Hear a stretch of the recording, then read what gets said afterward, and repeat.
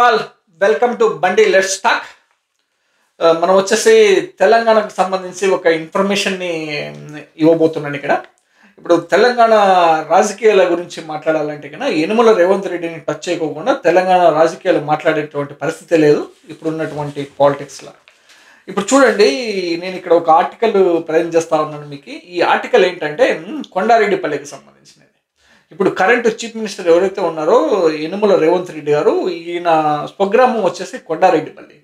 ఈ కొండారెడ్డిపల్లికి సంబంధించి ఒక మాజీ సర్పంచ్, ఆ విలేజ్ కొండారెడ్డిపల్లికి సంబంధించి మాజీ సర్పంచ్ ఎవరైతే ఉన్నారో ఆ, పాకు పాకుంట్ల సాయిరెడ్డి అనే వ్యక్తి, తను ఈ మధ్యనే చనిపోయినాడు.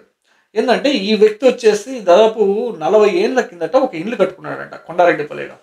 ఈ ఇల్లు కట్టుకుంటున్న సమయంలో ఆ ఇంటి సరౌండింగ్లో ఒక పాడుబడిన బావి ఉంటే కనుక తన ఖర్చులతో ఆ బావిని మొత్తం బూట్ చేసి, అదంతా నీళ్లు లేవని చెప్పేసి బావిని అంతా బూట్ చేసి దానిపైన రాస్తా వేసుకునేట్టున్నాడు. వాళ్ళ ఇంటికి పోవడానికి ఈ రాస్తా వచ్చేసి ఈ బావిని బూడ్చడం వల్ల ఆ ఇంటికి రాస్తా వచ్చిందంట. రాస్తా వస్తే గన తర్వాత ఆ ఇంటి పక్కనే ఈ రేవంత్ రెడ్డి గారి బ్రదర్స్ ఇల్లు కూడా అక్కడే ఉంటుందంట.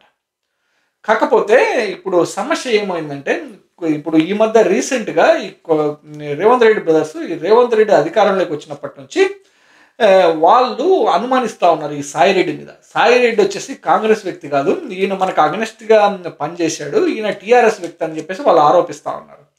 ఆరోపిస్తా వీళ్ళు ఏం చేశారంటే, ఈ రేవంత్ రెడ్డి బ్రదర్స్ ఈ విలేజ్లో వీళ్ళు ఈ ఇంటికి ఎవరైతే ఈ సాయిరెడ్డి ఇంటికి పోయేది రాస్తా ఏదైతుందో ఆ రాస్తాలో వీళ్ళు వచ్చేసి పశువుల దవాఖాన కట్టినట్టున్నారు. పశువుల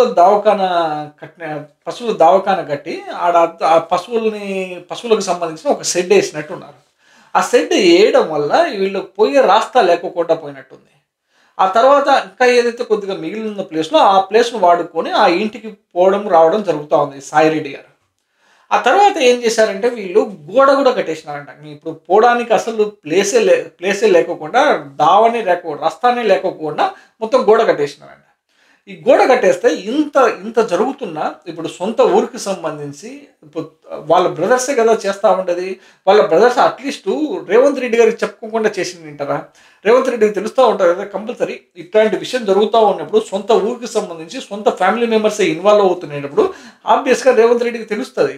రేవంత్ రెడ్డికి తెలుస్తూ ఉన్నప్పుడు ఈయన ఇప్పుడు కవులు కళాకారుల గురించి ఇంత అద్భుతంగా చెప్పేటటువంటి రేవంత్ రెడ్డి గారు సొంత ఊరుకు సంబంధించి దాదాపు 40 ఏళ్ళ కిందట ఎప్పుడో సర్పంచ్గా పనిచేసినటువంటి ఈ వ్యక్తి సాయిరెడ్డి గారు, పాకుంట్ల సాయిరెడ్డి గారు సర్పంచ్గా ఆ విలేజ్కి సంబంధించి సర్పంచ్గా పనిచేసినటువంటి వ్యక్తి అట్లీస్ట్ మీరు పిలిపించి అసలు ఆయన సమస్య ఏంది, ఆయన ఎందుకు ఇట్లా బిహేవ్ చేశాడు, ఓకే వేసింటే వాళ్ళ ఫ్యామిలీ కానీ లేదంటే ఆయన ఏమైనా ఇన్ఫ్లుయెన్స్ చేసిన ఒక 4-5 ఓట్లు ఇన్ఫ్లుయెన్స్ చేసినంటే ఆ వ్యక్తిని ఇంత దారుణంగా హింసించాల్సిన అవసరం ఏమన్నా ఉందా?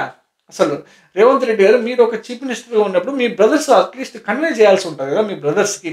ఈ మాత్రం కూడా మీరు కన్వే చేయకపోవడం వల్ల ఆ వ్యక్తి స్వయాన ఉరేసుకుని చనిపోవడం జరుగుతూ ఉన్నట్టుంది. ఇంత దారుణానికి ఒడిగడితే ఆయన క్లియర్గా లెటర్ రాసి చెప్తా ఉన్నాడు, నాకు సమస్య ఇలా ఉంది, నాకు ఏ పార్టీ లేదు, నా పార్టీ అంతా దేవుని పార్టీ అని చెప్పేసి తను బలవరుణానికి పడి చనిపోవడం జరిగింది. ఇంత దారుణంగా చనిపోవడం జరిగింది అని చెప్పేసి న్యూస్ వస్తూ ఉన్నాయి, చూస్తూ ఉన్నాం మనం. అరే ఇంత జరుగుతూ ఉన్నాయి కానీ రేవంత్ రెడ్డి గారు కనీసము ఆయన్ని పిలిచి మాట్లాడడం జరిగిందంటే కన్నా అసలు ఇంత సమస్య వచ్చేది కాదు కదా. అరే ఆ వ్యక్తి దాదాపు నీకంటే చాలా వయసులో చాలా పెద్దవాడు ఉన్నట్టున్నాడు, చాలా పెద్ద మనిషి ఉన్నట్టున్నాడు, మీ నాన్న వయసు ఉన్నటువంటి మనిషి ఉన్నట్టున్నాడు. తనను పిలిపించి 2 మాటలు మాట్లాడి తన సమస్య ఏదో తీర్చుండింటే కన్నా ఒక చీఫ్ మినిస్టర్గా, ఒక విలేజ్ హై ప్రొఫైల్ క్యాండిడేట్గా మీకు ఎంత గౌరవం ఉండేది. మీరు చూస్తూ ఉంటే కనుక ఇట్లాంటి విషయాలని బీఆర్ఎస్ పార్టీ అద్భుతంగా వాడుకుంటూ ఉంది, వైరల్ చేస్తూ ఉంది, చాలా అద్భుతంగా వాడుతూ ఉన్నట్టున్నారు వాళ్ళు. మీ మీద నెగిటివ్గా ఇట్లాంటివన్నీ ఇన్ఫర్మేషన్ పబ్లిసైజ్ చేయడం వల్ల మీ ఫేమ్ డిక్రీజ్ అయ్యేటువంటి పరిస్థితి ఉంది. మీరు ఎంత కష్టపడినా కానీ ఇట్లాంటి చిన్న చిన్న మిస్టేక్స్ వదిలేస్తే కానీ రేపొద్దున కెరీర్లో చాలా ఇబ్బంది పడాల్సి వస్తుంది రేవంత్ రెడ్డి గారు. మీరు ఒకసారి చూడండి, అరే ఆ ఇంటికి పోవడానికి దారి పోవడానికి కూడా మీకు ఇంత అహం అడ్డు వస్తే మీ బ్రదర్స్కి ఏమనాలి మిమ్మల్ని? ఇంత దారుణమా? అరే 40 ఏళ్ల కిందట తను ఇల్లు కట్టుకుంటే, ఆ ఇంటికి పోవడానికి కూడా మీరు దారి ఇవ్వకపోతే, మీ ఇష్టం వచ్చినట్టు మీకు పవర్ ఉందని చెప్పేసి మీరు ఇష్టం వచ్చినట్టు బిహేవ్ చేస్తే, రేపు పొద్దున ఇది రివర్స్ అవుతది రేవంత్ రెడ్డి గారు. ఇది మీకే మచ్చగా తయారైంది. ఇప్పటికి నాకు తెలిసినంత వరకు మొత్తం అంతా వైరల్ అవుతుంది. మొత్తం సోషల్ మీడియా అంతా.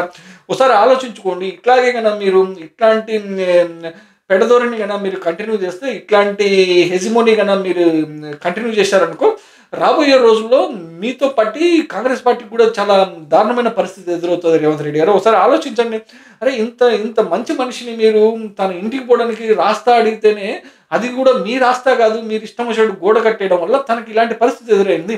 ఇలాంటి పరిస్థితి ఎదురు కాకుండా రేపన్న రోజు కూడా అట్లీస్ట్ వాళ్ళ పరిస్థితిని సాల్వ్ చేసి మీరు దగ్గర అవుతారని మనస్ఫూర్తిగా కోరుకుంటున్నాను. ఒకసారి ఆలోచించండి రేవంత్ రెడ్డి గారు. Thanks for watching so far. Have a nice day.